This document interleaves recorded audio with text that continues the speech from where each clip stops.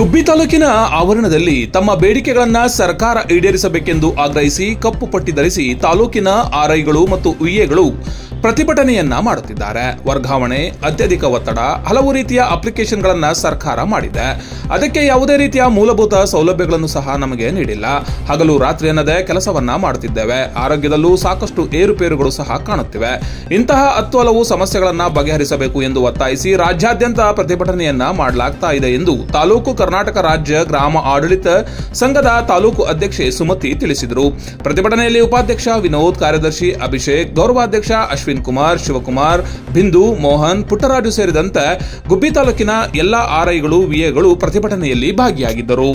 ಅಧಿಕವಾದ ಒತ್ತಡವನ್ನು ಅವರ ಮೇಲೆ ಏರಿ ಕೆಲಸವನ್ನು ತಗೊಳ್ಳೋವಂಥ ಒಂದು ನಿಟ್ಟಿಗೆ ಚಿಂತನೆಯನ್ನು ಮಾಡ್ತಾ ಇಲ್ಲಿ ಭಯ ಮತ್ತು ಅವ್ರಿಗೆ ಕೊಡ್ತಿರೋವಂಥ ಟಾರ್ಚರ್, ಈಗ ಮೀಟಿಂಗ್ಗಳು ಟಾರ್ಚರ್ ಇರ್ಬೋದು. 7:30, 9, 8 ಗಂಟೆಗೆ ಗೂಗಲ್ ಮೀಟ್ ಆಗ್ತಾರೆ, 9:30 ಆದರೂ ಮುಗ್ದಿರಲ್ಲ. ಅವ್ರ ಕೌಟುಂಬಿಕ ಸದಸ್ಯರುಗಳ ಜೊತೆ ಅವರು ಇರಲಿಕ್ಕೂ ಕೂಡ ಸಮಸ್ಯೆ ಆಗ್ತಾಯಿದೆ. ಮತ್ತು ಅನಾರೋಗ್ಯಕ್ಕೆ ತುಂಬ ಈಡಾಗ್ತಾ ಇದ್ದಾರೆ. ಇಂತಿಷ್ಟು ವಿಚಾರಗಳು. ಮತ್ತು ನಮಗೆ ಮೂಲಭೂತ ಸೌಕರ್ಯಗಳನ್ನು ಒದಗಿಸ್ಬೇಕು. ಆಮೇಲೆ ನಾವು ಏನು ಟ್ರಾವೆಲಿಂಗ್ ಇದಿರುತ್ತೆ, ಭತ್ಯೆ 500 ಇದೆ. ಕನಿಷ್ಠ ನಮಗೆ ಒಂದು 3,000 ರೂಪಾಯಿನ ಕೊಟ್ಟರೆ ನಾವು ಟ್ರಾವೆಲಿಂಗ್ ಭತ್ಯೆ, ಈಗ ಒಂದು ಮೀಟಿಂಗ್ ಇರುತ್ತೆ, ನಾವು ಇಲ್ಲಿಗೆ ಬರಬೇಕಾಗ್ತದೆ.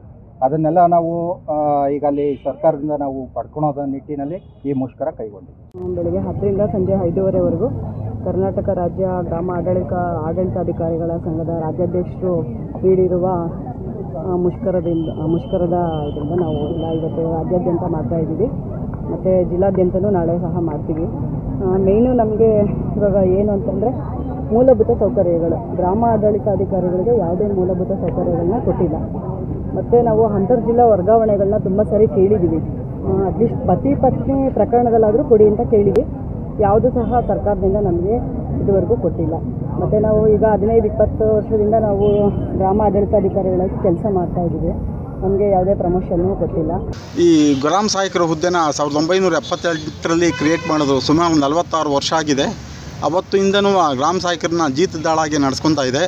ಅದೇ ರೀತಿ ನಮ್ಮ ಗ್ರಾಮ ಆಡಳಿತಾಧಿಕಾರಿಗಳ ಒತ್ತಡ ಜಾಸ್ತಿ ಇದ್ದಾರೆ.